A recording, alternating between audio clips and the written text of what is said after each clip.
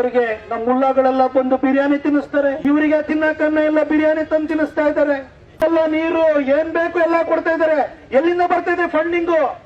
ಇದು American deep state funding ಅಂತ ಪ್ರತಿಯೊಬ್ಬರಿಗೂ ಗೊತ್ತಾಗುವಂತ ವಿಷಯ. ಮುಲ್ಲಾಗಳು ಊಟ ಸಪ್ಲೈ ಮಾಡ್ತಿದ್ರು ಅಂತ, ಆ ಮುಲ್ಲಾಗಳು ಊಟ ಸಪ್ಲೈ ಮಾಡ್ತಾ ಇದ್ದಂತಹ ಹೋರಾಟಕ್ಕೆ ಇವತ್ತು ಗೆಲುವಾಗಿದೆ. ಶಿಕ್ಷಣ ಸಚಿವ ಧರ್ಮೇಂದ್ರ ಪ್ರಧಾನ್ ರಾಜೀನಾಮೆ ಕೊಟ್ಟಿದ್ದಾರೆ. ಮಿಸ್ಟರ್ ಪ್ರತಾಪ್ ಸಿಂಹ ಅವರೇ, ಮಾತನಾಡಬೇಕಾದ್ರೆ ನಾನು ಏನು ಮಾತಾಡ್ತಾ ಇದ್ದೀನಿ ಅಂತ ತಿಳ್ಕೊಂಡು ಮಾತಾಡಬೇಕು. ನಿನ್ನೆ ದಿವಸ CT ರವಿನೂ ಸಹ ಮುಲ್ಲಾಗಳ ವಿಚಾರವನ್ನು ಮಾತಾಡ್ತಾ ಇದ್ರು. ಇವತ್ತು 10 ವರ್ಷಗಳ ಕಾಲ ಸಂಸದರಾಗಿದ್ದಂಥ ಒಬ್ಬ ವ್ಯಕ್ತಿ ತಾನು ಪ್ರಚಾರದಲ್ಲಿರಬೇಕು ಅನ್ನೋ ಕಾರಣಕ್ಕೋಸ್ಕರವಾಗಿ ಧರ್ಮಗಳ ನಡುವೆ ಬೆಂಕಿ ಹಚ್ಚುವಂಥ ಕೆಲಸ ಮಾಡಿರುವಂಥದ್ದು ಇದೇನು ಹೊಸ್ತೇನಲ್ಲ ಇವ್ರದ್ದು. ಇವತ್ತು ಮುಲ್ಲಾಗಳು ಊಟ ಕೊಟ್ಟು ಆ ಹೋರಾಟವನ್ನು ಗೆಲ್ಲಿಸಿದ್ರು.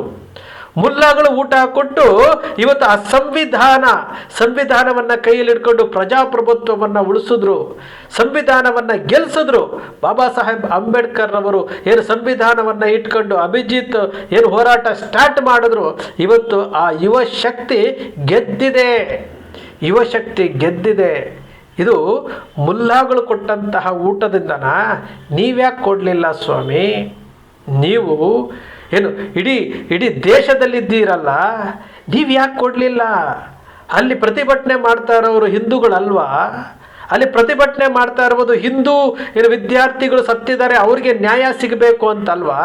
ಅಲ್ಲಿ ಪ್ರತಿಭಟನೆ ಮಾಡ್ತಾ ಇರುವಂಥವರು ಇಲ್ಲಿ ಅನ್ಯಾಯ ಆಗಬಾರ್ದು, ಮುಂದೆ ಸರ್ಕಾರ ಎಚ್ಚೆತ್ಕೊಳ್ಬೇಕು ಅಂತಲ್ವ ಮಾಡ್ತಾ ಇದ್ದಿದ್ದು.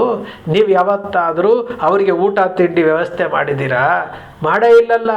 ಏನು ಮಾರಿಕೊಂಡ ಮಾಧ್ಯಮಗಳ ಲೋಗೋ ಬಂದಿದ ತಕ್ಷಣವೇ ಅಲ್ಲಿ ನಿಂತ್ಕೊಂಡು ಮಾತನಾಡ್ತೀರಿ, ಏನು ಮುಲ್ಲಾಗಳನ್ನು ತಗೊಂಡ್ಬರ್ತೀರಿ, ಹಿಂದೂ ಮುಸ್ಲಿಂ ಅಂತ ತಗೊಂಡು ಬರ್ತೀರಿ. ಇಂತಹ ಮನಸ್ಥಿತಿಗಳ ಅನಾವರಣ ಆಯ್ತಲ್ಲ, ಇದು ಮೊದಲನೇ ಬಾರಿ ಅಲ್ಲ ಪ್ರತಾಪ್ ಸಿಂಹ ಅವರು ಮಾತಾಡ್ತಾ ಇರುವಂಥದ್ದು. ಮದ್ದೂರಿನ ಗಲಾಟೆ ಆದಾಗಲೂ ಸಹ, ಮತ್ತು ಬೆಂಗಳೂರಿನ ಮಹದೇವಪುರ ವಿಧಾನಸಭಾ ಕ್ಷೇತ್ರದಲ್ಲಿ ಮಾತಾಡಬೇಕಾದ್ರೂ ಸಹ ಇದೇ ರೀತಿಯಾದಂತಹ ದ್ವೇಷವನ್ನು ಬಿತ್ತಿ ಹಿಂದೂ ಧರ್ಮವನ್ನು ಓಟಿಗೋಸ್ಕರವಾಗಿ ಬಳಸ್ಕೊಳ್ತಾ ಇದ್ದಾರಲ್ಲ. ಭಾಳಷ್ಟು ಜನ ಕಮೆಂಟ್ ಮಾಡ್ತಾರೆ, ಹಿಂದೂಗಳ ಬಗ್ಗೆ ಮಾತಾಡ್ತೀರಿ ಅಂತ ಕಮೆಂಟ್ ಮಾಡ್ತಾರೆ. ಒಬ್ಬ ಹಿಂದೂ ವ್ಯಕ್ತಿಯಾಗಿ ನನ್ನ ಹಿಂದೂ ಧರ್ಮವನ್ನು ಒಂದು ರಾಜಕೀಯ ಪಕ್ಷದ ವೋಟ್ ಬ್ಯಾಂಕ್ ಆಗಿ ಇಟ್ಕೊಂಡು ಇಡೀ ಹಿಂದೂಗಳನ್ನು 35%ಗೆ ಇಳಿಸಿರುವಂತಹ ಖ್ಯಾತಿ ಇರುವಂತಹ ವಿಚಾರವನ್ನು ನಾನು ಮಾತನಾಡುವುದು ತಪ್ಪ? ನಮಗೆ ದೇಶ ಮೊದಲು, ದೇಶವನ್ನು ಉಳಿಸಿ ಅಂತೀವಿ. ಈ ಹಿಂದೂ ಧರ್ಮವನ್ನು ರಾಜಕೀಯಕ್ಕೆ ಬಳಸ್ಕೊಂಡು ಒಳಿಲಿಕ್ಕೆ ಹೋಗಬೇಡಿ ಅಂತ ಹೇಳ್ತೀವಿ. ಹಿಂದೂ ಧರ್ಮ ಅಂದರೆ 100% ಹಿಂದೂಗಳು ಒಂದೇ ಅಂತ ಹೇಳ್ತೀವಿ. ನೀವು 35% ಹಿಂದೂಗಳನ್ನು ಮಾಡಲಿಕ್ಕೆ ಹೊರಟಿದ್ದೀರಿ. ಅದನ್ನು ನಾವು ಎಚ್ಚರಿಸುವಂತಹ ಕೆಲಸ ನಿಮ್ಮ ಅಕ್ಷರ ಮೀಡಿಯಾದ ಮೂಲಕ ನಾವು ಮಾಡ್ತಾ ಇದ್ದೀವಿ. ಸತ್ಯವನ್ನು ಹೇಳ್ತಾ ಇದ್ದೀವಿ. ನಾವು ಇವರನ್ನು ಪ್ರಶ್ನೆ ಮಾಡಿದ್ರೆ ನಾವು ವಿರೋಧಿಗಳು, ನಾವು ಪ್ರಶ್ನೆ ಮಾಡಿದ್ರೆ ನಾವು ಕಾಂಗ್ರೆಸ್ಸಿಗರು, ನಾವು ಪ್ರಶ್ನೆ ಮಾಡಿದ್ರೆ ನಾವು ಮತ್ತೇನೋ ಒಂದು ಆಗ್ತೀವಿ. ಯಾಕೆ? ನೀವು ಹಿಂದೂಗಳು ತಾನೇ, ನಿಮಗೆ ಏನು ನೀವು ಹಿಂದುತ್ವದ ಬಗ್ಗೆ ನಿಮಗೆ ಏನೋ ಅಭಿಮಾನ ಇದೆ ತಾನೇ, ಹಿಂದೂ ಧರ್ಮ ಬಲಿಷ್ಠ ಆಗಬೇಕು ತಾನೇ, ಹಿಂದೂ ಧರ್ಮ ಬೇರೆ ಧರ್ಮಗಳ ರೀತಿಯಲ್ಲಿ ಒಗ್ಗಟ್ಟಾಗಬೇಕು ತಾನೇ. 100% ಹಿಂದೂಗಳು, 100% ಹಿಂದೂಗಳು ನಾವೆಲ್ಲ ಹಿಂದೂ, ನಾವೆಲ್ಲ ಒಂದು ಅಂತ ಹೇಳಬೇಕು ತಾನೆ. ಅದು ಮಾಡಬೇಕು ಅಂತಂದರೆ ನಮಗೆ ಅಂಟಿರುವಂತಹ, ನಮ್ಮ ಧರ್ಮಕ್ಕೆ ಅಂಟಿರುವಂತಹ ಏನು ರಾಜಕೀಯದ ಸೋಂಕಿದೆಯಲ್ಲ ಅದನ್ನು ಹೊರಗಡೆ ತರಬೇಕು. ಆ ಕೆಲಸ ನೀವು ಮಾಡಬೇಕ್ರಿ. ಇವತ್ತೇನು ಕಮೆಂಟ್ ಮಾಡ್ತೀರಿ, ವಿಡಿಯೋ ನೋಡ್ತಾ ಇದ್ದೀರಿ, ಮತ್ತೊಂದು ಮಾಡ್ತಾ ಇದ್ದೀರಿ, ನಾವು ಹಿಂದೂ ಧರ್ಮ ಅಪಾಯದಲ್ಲಿದೆ, ನಾವು ಹೋರಾಟ ಮಾಡ್ತಾ ಇದ್ದೀವಿ ಅಂತ ಹೇಳ್ತಾ ಇದ್ದೀರಿ. ಮೊನ್ನೆ ಮಿಸ್ಟರ್ ಪುನೀತ್ ಕೆರೆಹಳ್ಳಿ ಒಂದು ವಿಡಿಯೋ ಮಾಡ್ತಾರೆ. ಏನ್ರಿ ವ್ಯಕ್ತಿದು ಕೈಯಲ್ಲಿ ವಾಚು, ಕಾರಲ್ಲಿ ಕುತ್ಕೊಂಡು ಫಸ್ಟ್ ಕ್ಲಾಸಾಗಿ ಯಾರೋ ಅಬ್ದುಲ್ ರಜಾಕ್ ಕೇಳ್ತಿದ್ರಲ್ಲ, ಏನೋ 2 ಕೋಟಿನ 3 ಕೋಟಿನ ಮನೆ ಕಟ್ಟಿದ್ದಾರೆ, ಹೇಗೆ ಬಂತು ಅಂತ. ಅದೆಲ್ಲ ಅವ್ರ ಲಕ್ಕು, ಹೌದಲ್ಲ ಲಕ್ಕು. ಪುನೀತ್ ಕೆರೆಹಳ್ಳಿ ಹೇಳ್ತಾರೆ, ಏನು ಕಾಕ್ರೋಚ್ ಜನತಾ ಪಾರ್ಟಿಯವರು ಜಂತರ್ ಮಂತರಲ್ಲಿ ನಡೀತಾ ಇರುವಂತಹ ಪ್ರತಿಭಟನೆ ಹಿಂದೂಗಳ ವಿರೋಧಿಯಂತೆ. ಏನಾದರೂ ಹಿಂದೂಗಳಿಗೆ ಅನ್ಯಾಯ ಆಯಿತು ಅಂದರೆ ಇವರು ಬಿಡೋದಿಲ್ಲಂತೆ, ಇವರಿಗೆ ಸಂಖ್ಯೆ ದೊಡ್ಡದಲ್ಲಂತೆ. ಇದ್ರ ಬಗ್ಗೆನೂ ಅವ್ರು ಮಾತಾಡಿದ್ದಾರಲ್ಲ. ಇಂತಹ ಹಿಂದೂ ಹೋರಾಟಗಾರರು ಚಕ್ರವರ್ತಿ ಸೂಲಿಬೆಲೆ ಅವರು ಏನಂದ್ರು, ಜಿರಳೆಗಳನ್ನು ಏನು ಹುಡುಕಿ ಹೊರಗಡೆ ತರೋಣ ಅಂತೇಳಿ. ಮಲಗಿದ್ದು ಸಾಕೆ ಎದ್ದೋಳಣ ಅಂತೇಳಿ. ಇವತ್ತು ಶಿಕ್ಷಣ ಸಚಿವರೇ ರಾಜೀನಾಮೆ ಕೊಟ್ಟಿದ್ದಾರೆ. ಯಾರ ಕೈ ಮೇಲಾಯಿತು? ಇವರು ಹಿಂದೂ ಧರ್ಮವನ್ನು ಇಟ್ಕೊಂಡು ಇವರ ಸ್ವಂತ ಲಾಭಕ್ಕೋಸ್ಕರವಾಗಿ ಪವಿತ್ರವಾದಂತಹ ಹಿಂದೂ ಧರ್ಮವನ್ನು ಯಾತಕ್ಕೆ ಬಳಸ್ಕೊಳ್ತಾ ಇದ್ದೀರಿ? ಈ ಹಿಂದೂ ಧರ್ಮವನ್ನು ಪ್ರೀತಿಸುವವರು, ಹಿಂದೂ ಧರ್ಮದ ಮೇಲೆ ಅಭಿಮಾನ ಇಟ್ಟಿರುವಂಥವ್ರು, ನೀವು ನಿಜವಾದಂತಹ ಹಿಂದೂಗಳೇ ಆಗಿದ್ದರೆ ನಾನು ಹೇಳ್ತಾ ಇರುವುದರಲ್ಲಿ ಏನಾದರೂ ತಪ್ಪಿದೆಯಾ? ನಾನು ಹೇಳ್ತಾ ಇರುವಂತಹ ವಿಚಾರದಲ್ಲಿ ಒಂದೇ ಒಂದು ವಾಕ್ಯ ತಪ್ಪಿದೆಯಾ? ಪ್ರತಿಯೊಬ್ಬ ಪ್ರಾಮಾಣಿಕ ಹಿಂದೂ ನನ್ನ ಧರ್ಮವೂ ಸಹ ಒಗ್ಗಟ್ಟಾಗಬೇಕು. ಇಸ್ಲಾಂ ಧರ್ಮದಲ್ಲಿ ಇರುವಂತಹ ಒಗ್ಗಟ್ಟು ನಮ್ಮ ಧರ್ಮದಲ್ಲಿ ಯಾಕಿಲ್ಲ? ನಮ್ಮಲ್ಲಿ ಯಾಕಿಲ್ಲ ಅಂತಂದರೆ ನಾವು ಹಿಂದೂ ಧರ್ಮವನ್ನು ಓಟಿಗೋಸ್ಕರವಾಗಿ ಒಂದು ರಾಜಕೀಯ ಪಕ್ಷಕ್ಕೆ ನಾವು ಕೊಟ್ಬಿಟ್ಟಿದ್ದೀವಿ. ಅವರೂ ಸಹ ಸಿ ಟಿ ರವಿ ಹೇಳಿದ್ರಲ್ಲ, ಹಿಂದೂ ಮುಸ್ಲಿಂ ಮುಲ್ಲಾಗಳು. ಪ್ರತಾಪ್ ಸಿಂಹ ಹೇಳ್ತಾ ಇರುವಂತಾರಲ್ಲ, ಏನು ಮುಲ್ಲಾಗಳು ಅಂದರೆ ಇವರಿಗೆ ವಿಷಯ ಡೈವರ್ಟ್ ಮಾಡಬೇಕು, ಹಿಂದೂಗಳನ್ನು ರೊಚ್ಚಿಗೆಬ್ಬಿಸ್ಬೇಕು, ಇವರಿಗೆ ಧರ್ಮವನ್ನು ಕಾಪಾಡಬೇಕು ಅನ್ನೋದಲ್ಲ.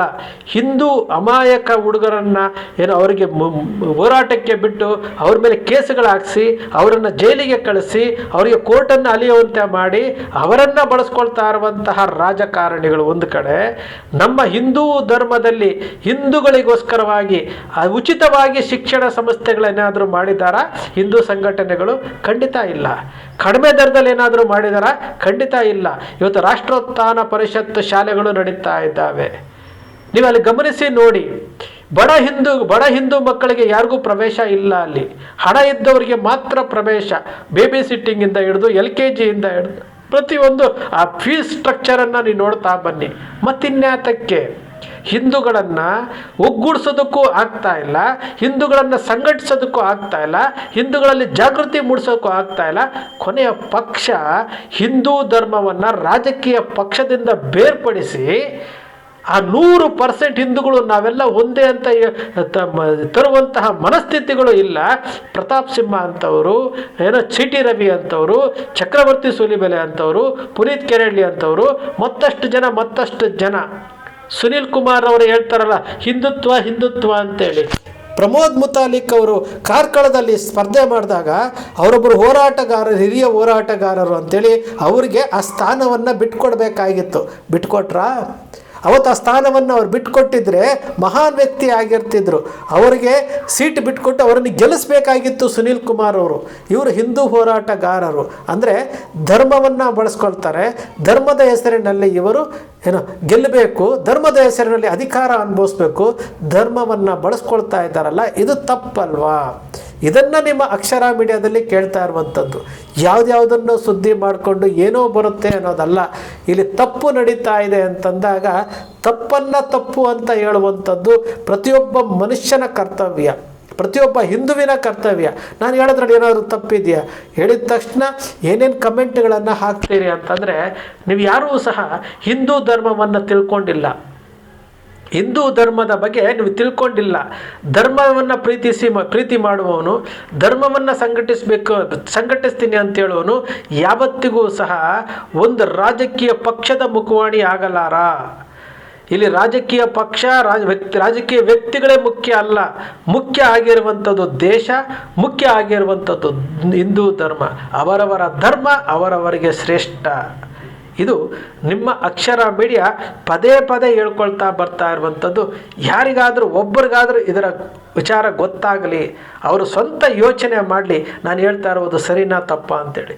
ಸ್ನೇಹಿತರೆ, ನಿಮ್ಮ ಅಕ್ಷರ ಮೀಡಿಯಾ ಸೃಷ್ಟಿ ಮಾಡಲ್ಲ, ಕಲ್ಪನೆ ಮಾಡೋದಿಲ್ಲ, ವಾಸ್ತವದ ವಿಚಾರವನ್ನು ವಿಶ್ಲೇಷಣೆ ಮಾಡುತ್ತೆ.